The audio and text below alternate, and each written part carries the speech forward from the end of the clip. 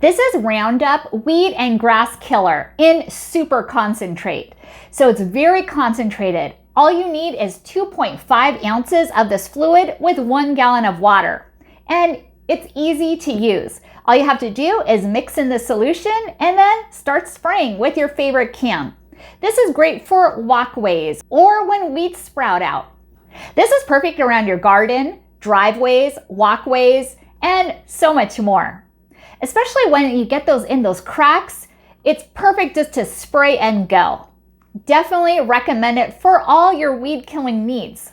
Or sometimes you may just want to have a big patch of grass that you want to kill, so you can do something else with it. Maybe plant some plants. This is so strong and it starts working within 30 minutes. And in a few days, they should all be gone. Works so fantastically, and my husband and I, we really love it.